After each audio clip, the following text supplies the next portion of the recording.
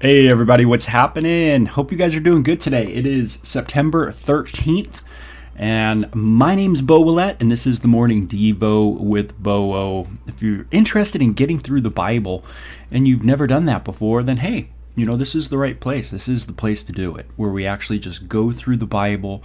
And once again, I didn't grow up around the Bible. I didn't grow up around Christian people.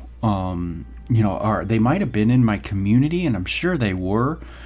It just wasn't even on the radar of my life. I mean, that just was not a part of my thinking at all. And, my dad was not into that in the slightest. My mom certainly would have been influenced in that direction, no doubt about it. But she never was into it herself. She was into other things and probably trying to manage her home. And they divorced when I was 10 years old, and it was kind of chaotic, actually, in a lot of ways. And so I just wasn't around the Bible. And you're maybe like me, kind of a Generation X, or maybe a, younger person, and, older, who knows, but, you just never been around it. So that's why I go through the Bible. It changed my life. I never thought of being in love with a person would do such a alteration to your world. And I don't mean that your life, like you do everything different. And I mean, you do a lot of things different. Don't get me wrong. But it's a lot of times it's like a mind change, like a mental change, like a world view. That's what I'm talking about. Like a world view change, like your ideologies change. And that's kind of trippy. And you know how it is. A lot of people flip it. And they were raised in a Christian home, and then they kind of boast and like, hey, I feel great. I'm an atheist now. And it's really, they are not, I don't think a lot of people are throwing off Christianity. They're throwing off the Christianity that their parents had, or that they, whatever it was, and they're trying to kind of figure it out, on their own. So that's sometimes the case, you know. So I'm in Jeremiah 45 today. Had a great night last night. Was up in Phoenix with a friend. Man, just reaching out, you know, loving people. And man, just very cool time. Saw some old friends from back in junior high, which was way cool. And met some new people too. That was really cool to meet them from Southern California area that I grew up in. So yeah, it was great. And I always have a partner in crime when I go do some of these things. And his name's Richard. And man, shout out to him. It was just an awesome time. So Jeremiah 45. Let me read this, okay? And I love just reading through the Bible. I just go book by book, verse by verse. That's it. And just take a little moment to do it. So it says, the prophet Jeremiah gave a message to Baruch, son of Neriah, in the 4th year of the reign of Jehoiakim, son of Josiah. And it says, after Baruch had written down everything Jeremiah had dictated to him. So Baruch was the guy who wrote things down. Now, it's a misunderstanding that you hear a lot. Like, it seems like on Discovery or, you know, on kind of How We Got Our Bible, you know, channel. And they seem to fail to remember that the Bible is not simply an oral thing, an oral tradition where it's passed on kind of by word of mouth. That's how a lot of people actually kind of describe it. But the Bible was actually written down. And it was written down early. Like even the Bible, even what we've gone over from Genesis on, now we're in Jeremiah. We've gone through a lot, right? It has these moments where it talks about that this was written down. And you go throughout those little passages that are just little bits of information, but they're really cool. They tell us that this isn't just some oral tradition, you know, that one day, thousands of years later, it was written down, and who knows if it's really true. Now, that's how I used to think all the time, because that's what professors said. And there's a reason why they said it. And I'm not going to get into all the reasons why they say it that way. But one thing they failed to do, and that is just look at the text. Look at what it says. Baruch hung out with Jeremiah and wrote everything down. And that's pretty cool. You know, Baruch had just a wonderful heart, obviously, because Jeremiah is not a liked dude. He's a guy he's the guy who's going against the grain.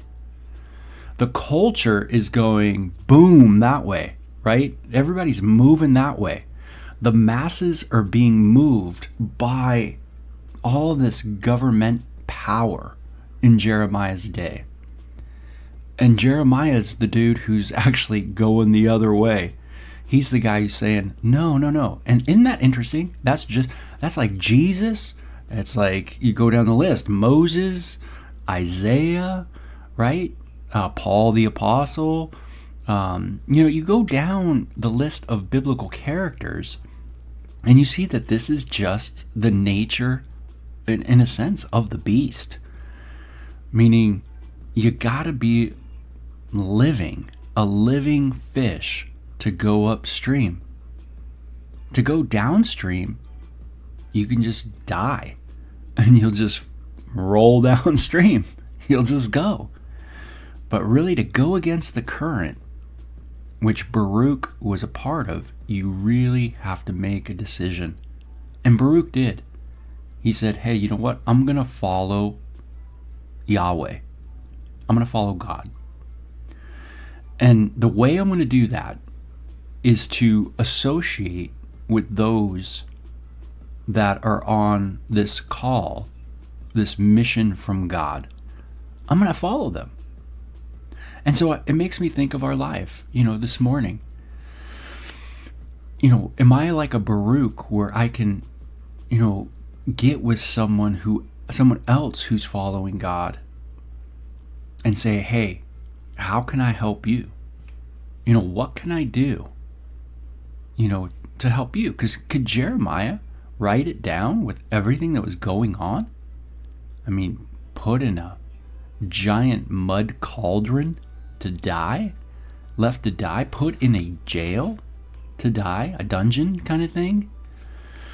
No.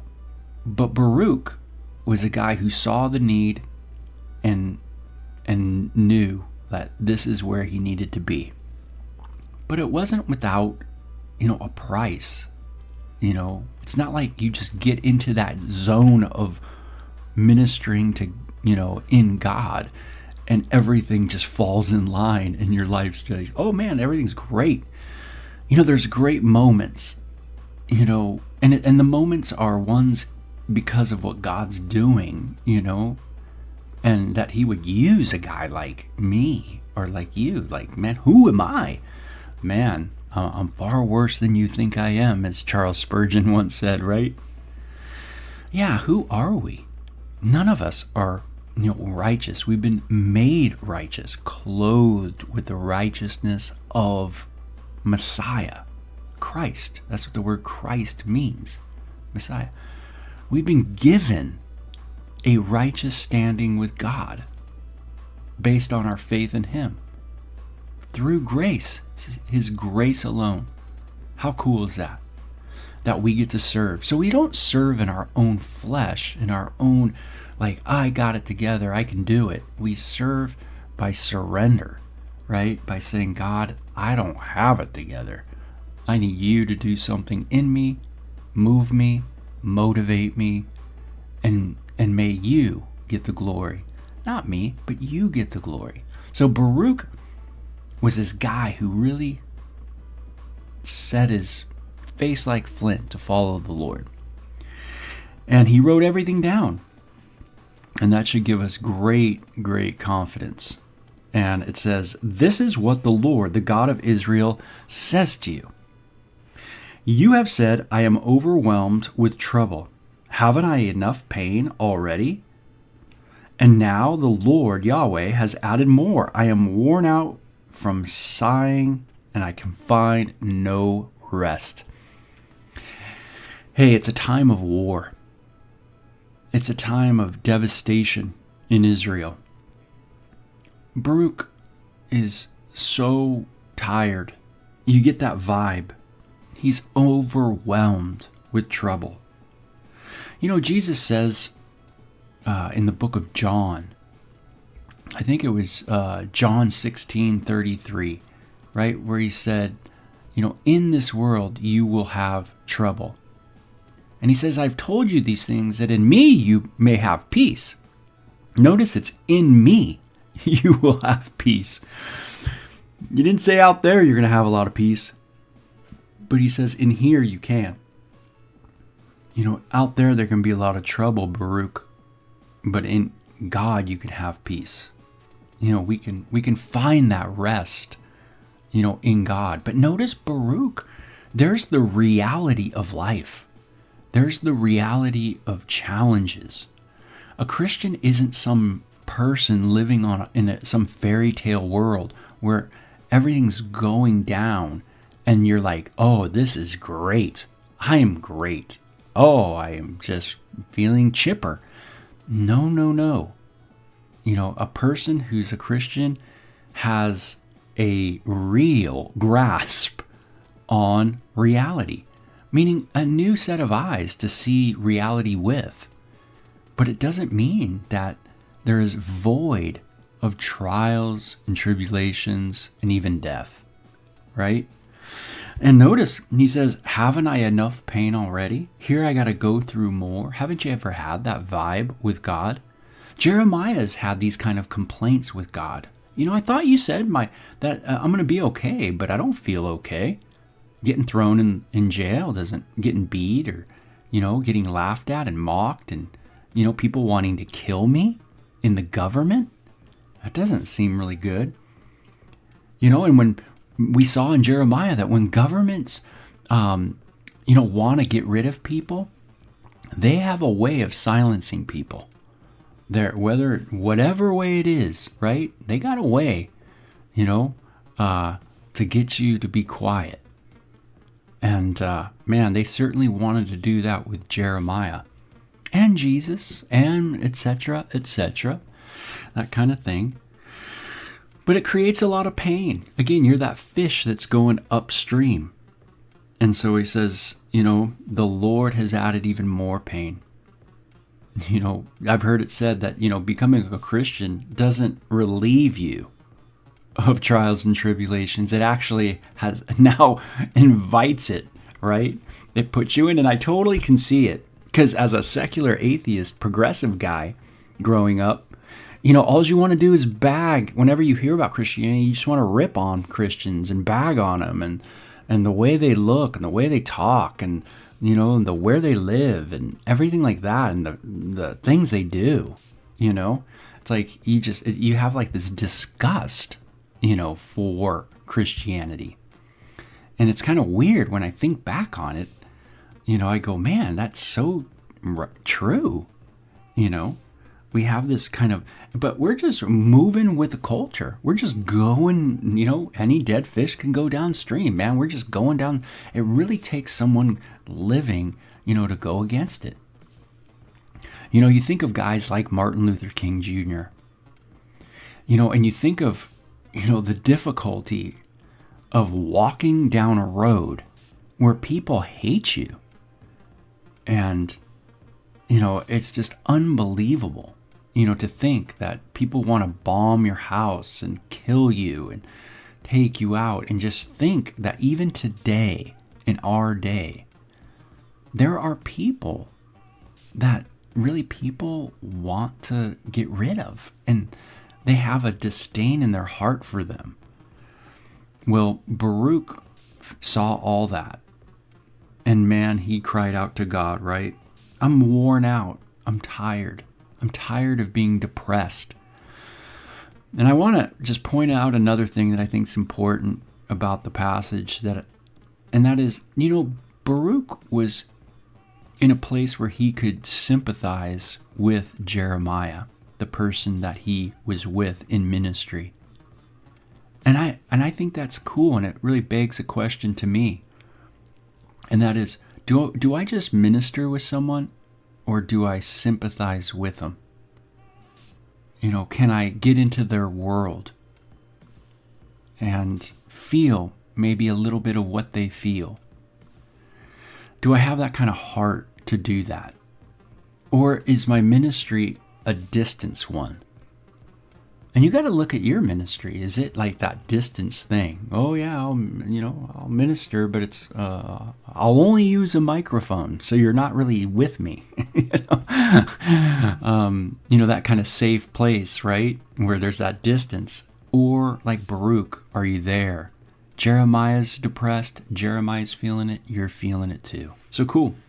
So it says, Baruch, this is what the Lord says: I will destroy this nation that I built. And this is the same message that the Lord gave to Jeremiah.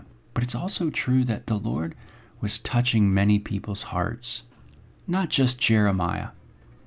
And it says, I will uproot what I planted. I will uproot what I planted. Hey, I planted that, but it needs to be uprooted. I put them in the land, and they're going to be taken out of the land. You are seeking great things for yourself. He says, are you seeking great things for yourself? Hey, Baruch, are you wanting good things for you? Don't do it. I will bring great disaster upon all these people, and I will give you your life as a reward wherever you go. I, the Lord, have spoken. Okay, so the message that comes to Baruch, and we don't know how it came to Baruch. Was it through Jeremiah? Was it through some vision, something like that? I don't know. But what we do know is the response from Yahweh is, hey, are you seeking great things for yourself? And this is really impactful, I know, for me, just on the heart, is that is my mind get to a place where it's no longer about the Lord, but it is about me? Is it about serving God? And that's always something we have to ask and look at. I'd always love to say, oh yeah, it's always about the Lord. It's always about the Lord. But it's just not true. Like Baruch, even the minister, even the people in ministry can get tired and can get their eyes on the wrong thing. Man, and it's not like Baruch's asking for a palace to live in. But he's super burdened by seeing all the destruction that's taking place as wars happened, and also being so hated, by his people. And so I would imagine Baruch just goes, man, I just want some peace. I just want a nice place to maybe rest a little bit. And the Lord's word is, it's not the time. It's the time to plow the field. It's the time to harvest. It's the time of, working. And isn't that how life is? Man, there's a grind. Is there not? And you go, man, when am I going to get to the end, of that grind? And that's kind of an analogous, right, to just in the entire life experience. And then there comes a time where, man, we will enter that rest. We will finally get to that place where it will be done, right? And we breathe our last. But until that time, we put our hand to the plow and we remember the words of the Messiah, right? Go out into the world, teaching all people, making disciples of all people, baptizing them in the name of the Father, the Son, and the Holy Spirit. And so he says to Baruch, hey, I'm going to do what I'm going to do, Baruch. And I got a purpose, and I got a plan, and you're going to have to trust that. But don't stop. Don't put yourself on a shelf. Keep going. Keep praying. Keep seeking me. I'm going to sustain you. Notice he says that. He says, I will give you your life as a reward. Wherever you go, I, the Lord, have spoken. I will be with you, and you will live. And not just live in the here and now, but eternally.